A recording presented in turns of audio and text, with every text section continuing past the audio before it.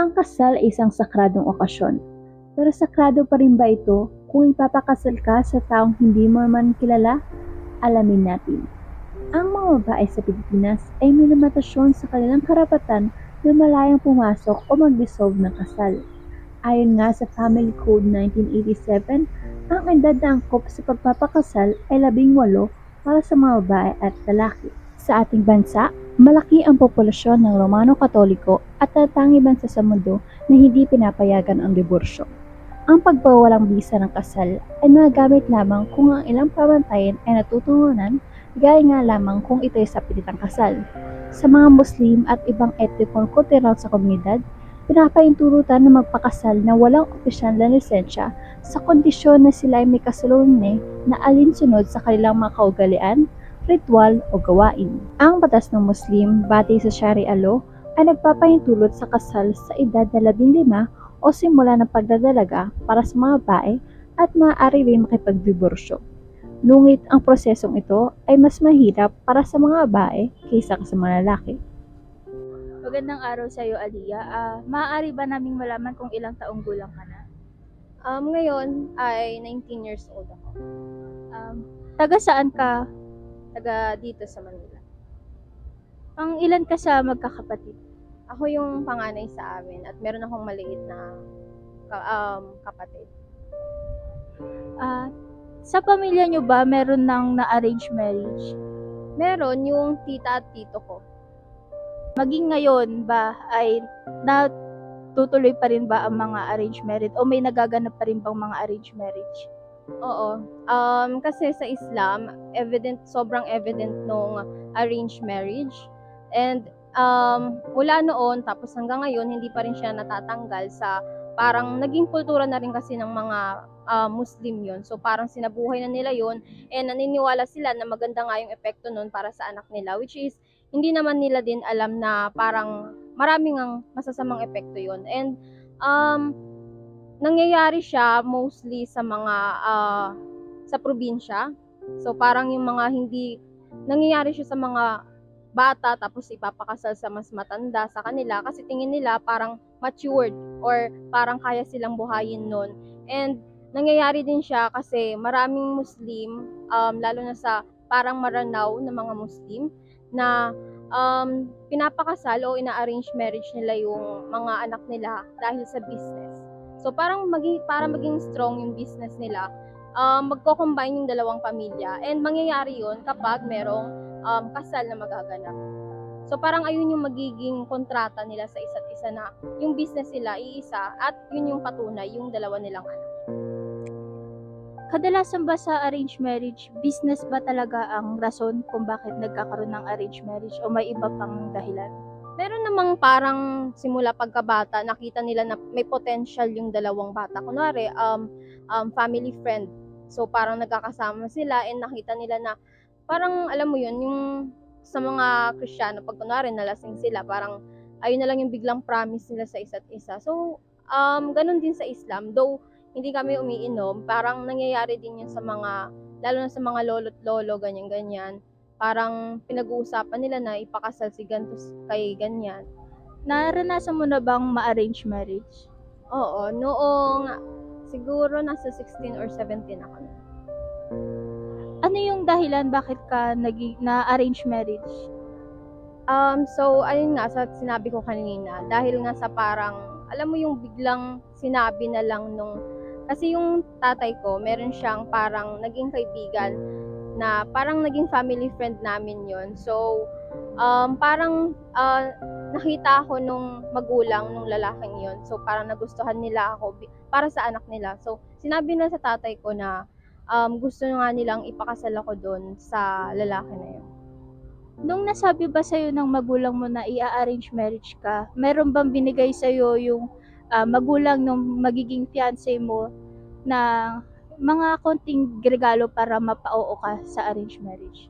Oo, meron mga mga pinadala, mga pagkain, ganyan-ganyan. Yung side nga nung lalaki and meron ding mga parang mga regalo na pinapadala sa akin. Maitanong ko lang din, nakilala mo na ba yung magiging fiancé mo nung nasabi sa'yo na i-arrange marriage ka sa kanya? Hindi, never ko siyang nakita or nakilala. So, hindi ko alam. Kahit anong tungkol sa kanya, hindi ko alam talaga. Ano ang naging reaksyon mo nang malaman mong ipinagkasundo ka ng magulang mo sa kasal? Tinanong ka ba nila bago ito gawin?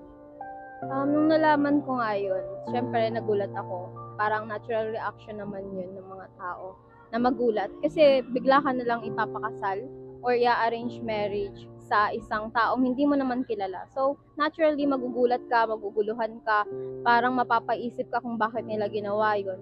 And though merong silang hint na parang may gagawin nga silang arranged marriage. So, parang hindi naman nila ako directly na natanong na kung gusto ko ba yun. So, parang for me na lang, gumawa na lang ako ng late ko lang din kasi siya nalaman. So, ang ginawa ko na lang, sinabi ko sa kanila na ayoko nga ng ganun. Parang, kasi ako parang mas gusto ko yung tuparin yung pangarap ko ng mag-isa ako. Hindi ko, parang ayoko kasi ng tulong ng iba. Kasi parang nung na yun, sa arranged marriage na yun, parang isa sa condition doon na sila yung magpapaaral sa akin hanggang sa college. So, ayoko nang parang magkakaroon ako ng utang na loob sa mga taong hindi ko naman kilala. Kaya mas pinili ko na, sinabi ko sa kanila na hindi ko kaya yung ganong setup, na gagawin ko ang lahat para mapag-aral ko yung sarili ko nang walang galing na tulong sa ibang tao. Batay sa iyong kultura, sino ang responsable sa paggastos sa inyong kasal? Sa kultura namin, sa Islam, ang responsable sa lahat is yung lalaki. Kasi sila yung parang lahat gagastos, lahat gagawa para sa babae. And yun din, kasama din sa culture niya, yung parang ang babae laging sa bahay lang. And yung lalaki yung gagawa ng lahat. Yung pati nga yung mga pamimili ng mga kailangan sa bahay and yung mga gastusin, yung lalaki talaga. So, pati na rin sa kasal, so siya yung gagastos ng para sa kung saan yung venue, yung mga pagkain, yung mga gamit na gagamitin sa kasal. Natuloy ba ang iyong pagpapakasal sa hindi mo kilala? Hindi siya natuloy. Bakit? Kasi ayoko sa ganoong setup. Kasi tingin ko, pag ganon, parang pino-force ako na mahalin yung tao na hindi ko naman gusto or makisama ako sa taong never kong nakilala or a complete stranger nga para sa akin. Paano ka tumutol sa pagpapakasal sa hindi mo kilala?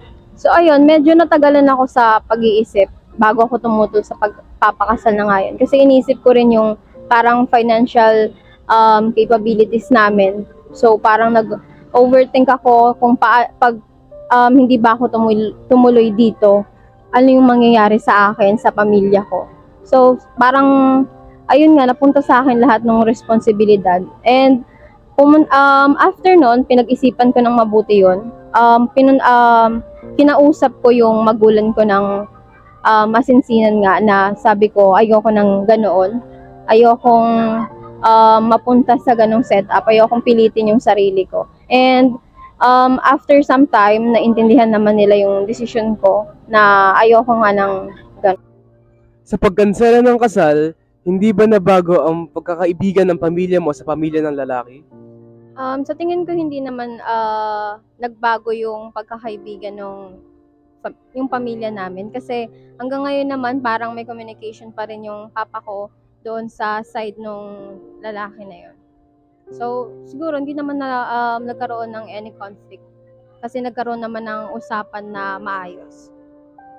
So, ang naging decision nila is nga yung arranged marriage sana, pero hindi nga natuloy yun. So, para ma-cancel yun on my part is, ang sinabi ko, mag-exam ako for scholarships para hindi na nila kailangan pa na gumawa ng ganun para sa support or financial support ko for college. Sumang-ayon din ba ang pamilya ng lalaki sa pagkansela ng kasal ninyo? Oo, kasi sa arranged marriage ng Islam, kailangan yung both parties is sang-ayon sa kasal na yon. So, bawal kaming i-force na parang ikasal na lang sa isa't isa nang merong hindi sumasang-ayon. So, kailangan dalawa kaming parehas na agree dun sa arranged marriage. Masasabi mo bang worth it yung hindi pagtuloy ng arranged marriage nyo? Sa tingin ko, oo, worth it siya. Kasi para sa peace of mind ko yun for my mental health.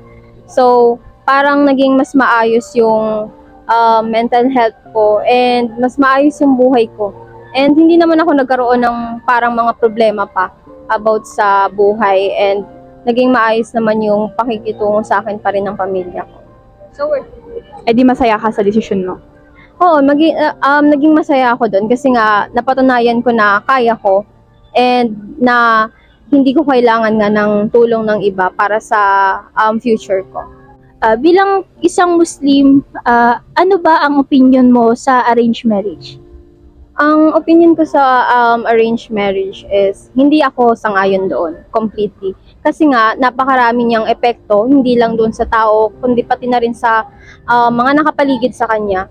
Kasi mostly sa mga nakakilala ko, yung arranged marriage nila is hindi nagbigay ng magandang epekto sa kanila. So, parang mostly sa kanila, hindi naman talaga nila gusto yon and napilitan lang kasi nga dahil sa parents nila and wala naman silang magagawa.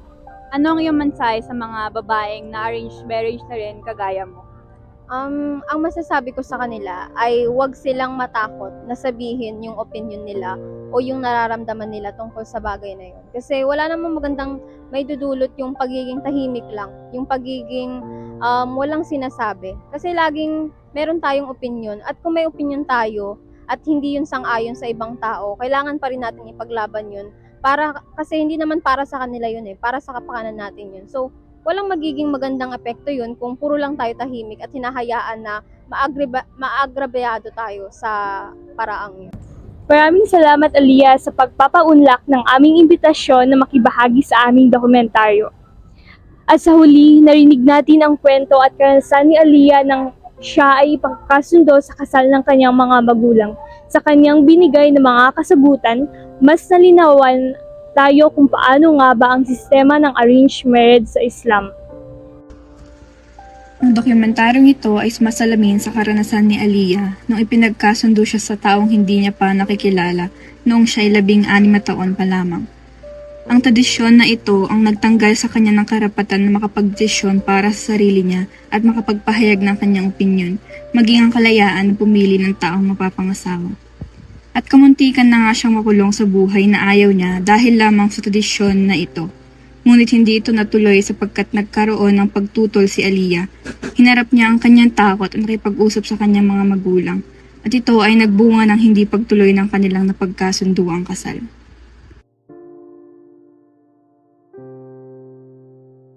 Lahat tayo ay may sariling kultura, paniniwala at tradisyon. At iyan ang kinaganda ng mundo na meron tayo ngayon. Ang pagiging bukas sa pagkilala ng ibang kultura ng ating kapwa ay maaaring makapagbigay ng linaw sa kuryosidad na tumatakbo sa ating isipan. At iyan naranasan ng aming grupo sa dokumentaryong ito. Ngunit sa kabila ng magagandang tradisyon at kultura ng Islam, mayroon pa rin silang tradisyon na hindi sinasang-ayunan ng iba at ito nga ang arranged marriage o kasunduang kasal. Simula pa lamang ay maliwanag ng paksang ito ay higit pa sa tradisyon at kultura lamang sapagkat kalakip na rin dito ang pansariling karapatan na pumili ng taong gusto mong pakasalan. Base sa dokumentaryo at panayam na ibinigay ni Aliyah, nalaman din namin dito kung paano nga ba nangyayari ang sistema ng kasunduang kasal, partikular sa kaugalian ng ating mga kapatid na Muslim. Ika nga ni Aliyah, nagaganap pa rin ang kasunduang kasal hanggang ngayon, lalo na sa parte ng Mindanao, dahil isinabuhay na nila ang tradisyon na ito. Ngunit maaaring magresulta ng negatibo o positibo, pero depende na ito sa isang individual. Ayon din sa kanya, ang kanyang kaibigan ay dumaan din sa tinatawag na kasunduang kasal. At nung sila ay kinasal na, nahulog sila sa isa't isa at naging masayang pamilya.